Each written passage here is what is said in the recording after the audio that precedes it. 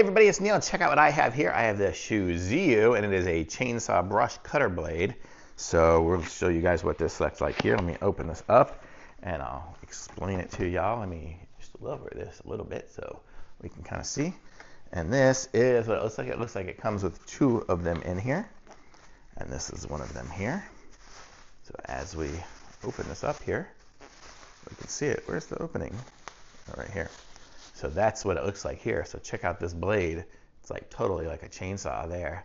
So that'll just eat through pretty much anything you would ever need.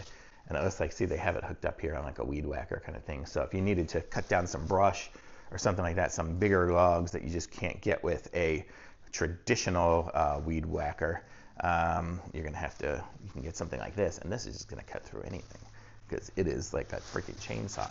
So you get, it looks like these two blades, and then you get this here. It looks like a little sharpening tool. So I mean, if you used a chainsaw sharpener before, I mean, it's just a bit of a manual process, just kind of going, you know, in there and, you know, sharpening each little one. So if you need to sharpen it, it gives you the ability to do that too.